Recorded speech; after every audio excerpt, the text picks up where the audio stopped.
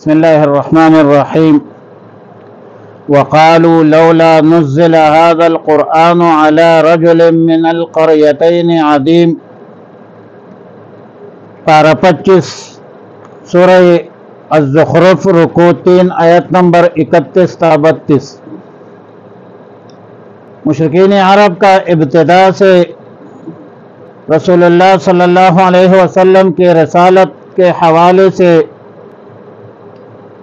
پہلا اعتراض یہ تھا کہ پیغمبر بشر نہیں ہو سکتا، اور جب ایک پیغمبر انسان نہیں ہو سکتا، بشر نہیں ہو سکتا، تو ہم اس کو پیغمبر کیسے تسلیم کریں، جبکہ وہ عام انسانوں کی طرح کھاتے ہیں، پیتے ہیں، بازاروں میں چلتے پھرتے ہیں. لیکن جب قرآن کریم نے متعدد آیتوں میں واضح کر دیا کہ دنیا میں جتنے بھی انبیاء علیہ السلام نے تشریف لایا ہے وہ سب کے سب انسان تھے، بشر تھے، اب مشرکین نے ایک اور طریقے سے اعتراض شروع کیا کہ اگر کسی انسان ہی کو نبی بنانا تھا تو مال اعتبار سے کوئی بڑی شخصیت، صاحب حیثیت شخصیت کو بنا لیتے. بنابر روایات مکہ مکرمہ سے ولید ابن مغیرہ، عتبہ ابن ربیعہ، طائف سے عروہ ابن مسعود ثقفی یا حبیب ابن عمر ثقفی یا کنانہ وغیرہ کے نام انہوں نے پیش کی. تو اللہ تعالی نے فرمایا کہ تمہیں اس معاملے میں منصب نبوت کے تقسیم کے حوالے سے تمہارے پاس کوئی اختیار نہیں ہے، کوئی عمل دخل نہیں ہے. اللہ کی مرضی ہے کس کو نبی بنانا ہے اور کس کو نبی نہیں بنانا ہے. نبوت کا کام بالکلیہ صرف اور صرف اللہ کے اختیار میں ہے. انسانوں کا عقل و دانش، شعور تقسیم نبوت کی صلاحیت ہی نہیں رکھتی، اور اگر انسانوں کو یہ اختیار دیا گیا تو پورا نظام عالم درہم برہم ہو کر رہے گا. اور منصب نبوت تو بہت بڑی بات ہے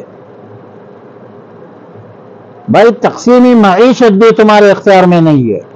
نحن قسمنا بینہم معیشتہم. اللہ تعالیٰ نے اپنے قدرت کاملہ، حکمت بالغہ سے دنیا کا ایک ایسا مستحکم مضبوط نظام بنایا ہے کہ یہاں ہر شخص اپنی ضرورت پورا کرنے کے واسطے دوسرے کا محتاج ہے، مدنی طبع ہے ہر انسان، اور سب لوگ باہمی احتیاج کے رشتے میں بندھے ہوئے ہیں. پورے معاشرہ کے تکمیل جو ہوتی ہے وہ ایک دوسرے کے احتیاج کے اساس اور بنیاد پر ہوتی ہے. کوئی ڈاکٹر ہے، کوئی نائی ہے، کوئی موچی ہے، کوئی عالم ہے، کوئی جاہل ہے، کوئی کیا ہے. اور بالکل اشتراکی نظام کی طرح بھی نہیں ہے کہ اشتراکی نظام میں کسی ایک با اختیار انسان یا کسی با اختیار ادارے کو سپرد بھی نہیں ہے، جو ایک منصوبہ کے ذریعے یہ طے کرے کہ معاشرے کی ضروریات کیا کیا ہے، اور پھر وسائل اور پیداوار کو کس تناسب سے کن کن کاموں میں کن کن لوگوں کو لگایا جائے. یہ تقسیم تو اللہ کے ہاتھ میں ہے. کسی شخص کے کسی ایک فن پر اجارہ داری نہیں ہے. ہر بندہ عالم بن سکتا ہے، ہر بندہ ڈاکٹر بن سکتا ہے، انجینئر بنتا ہے. یہ جو اجارہ داری ہے اور پھر معیشت کے حوالے سے یہ جو غیر فطری طریقہ معیشت ہے، اس میں وہ باہمی احتیاج جو ہے وہ ختم کیا جاتا ہے. باہمی احتیاج کے نظام رسد طلب اور قدرت قانون کہ رسد ہو اور اس کی بڑی ہے، اور جب رسد کے مقام میں بڑھ جاتے ہیں پھر حکومت گتی ہے. تو رسد و طلب میں توازن، ایک جگہ ایک چیز کا ڈیمانڈ ہے، مطالعہ طلب ہے، تو وہاں پر وہ چیز پہنچائی جاتی ہے. لہذا اسلام نے طلب اور رسد کے قدرتی ذرائع، دولت کے پیدا اور تقسیم کا کام ہے، عام حالے تقسیمی معیشت کا کام کسی انسان یا کسی ادارے کے حوالہ نہیں کیا ہے۔ وجہ یہ ہے کہ منصوبہ بندی خواہ کتنا ہی ترقی یافتہ ہو، لیکن پھر بھی ایک جزوی ضرورت کا احاطہ وہ نہیں ممکن نہیں ہے، کر نہیں سکتے۔ فطری نظام معیشت کو ترک کرنا اور خود ساختہ نظام معیشت وضع کرنا، یہ نظام معیشت کی کامیابی کی ضمانت نہیں ہے۔ مثلا اللہ کا ایک قدرتی قانون ہے، نظام قدرت ہے کہ دن کا کام کے لیے ہے، تجارت کے لیے، نوکری کے لیے، مزدوری کے لیے ہے، معیشت کاروبار کے لیے ہے، اور رات سکون کے لیے ہے۔ تو یہ جو تقسیم ہے کہ یہ آرام کا ٹائم ہے یا کام کا ٹائم ہے، یہ کسی عمرانی معاہدہ یا انسانی منصوبہ بندی کے تحت پہ نہیں ہوا ہے، ایک قدرت کا خودکار نظام ہے۔ یا مثلا فطرتاً کون شخص کس شعبے کو اختیار کرتا ہے، اپناتا ہے، کہ اس کے مزاج، طبیعت، فطرت پر منحصر ہے۔ ایک شخص علم فن کے شعبہ کے ساتھ وابستہ ہے اور آپ اس کو نظام حکومت حوالہ کرے تو خواہ ایک زبردستی ہوگی، جس سے نظام حکومت جو ہے اور نظام عالم جو ہے درہم برہم ہو سکتا ہے۔ نظام معیشت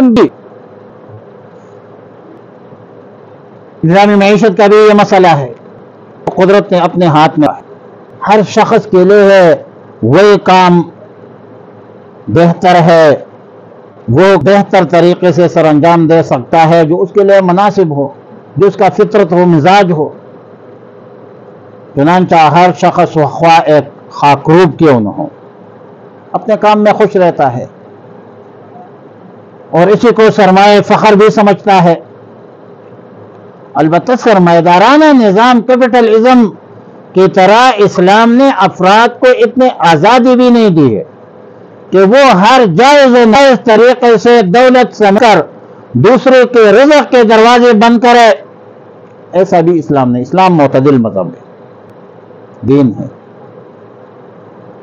اسلام نے ذرائع آمدنی جو ہے اس میں بھی حلال اور حرام کی تمیز کر کے سود ہے، سٹہ ہے، جوا ہے، ذخیرہ اندوزی ہے، اس کو ممنوع قرار دیا ہے۔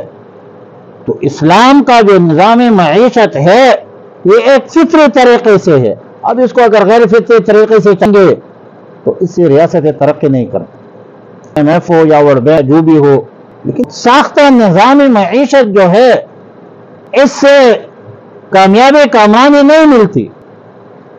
کیا میں ہے فرمایا والوں اور کہتے ہیں لولا نزل هذا القرآن، کہتے ہیں کیوں نازل نہیں کیا گیا ہے هذا القرآن، یہ قرآن کریم علی رجل، کسی آدمی پر، من القرية عظیم، ان بستیوں میں جو عظمت والا ہو، اہم سمون رحمت ربا، کیا تقسیم کرتے ہیں آپ کے رحمت کو، نحن سمنا بینہم، ہم نے کے درمیان اس کی روزی رزق تقسیم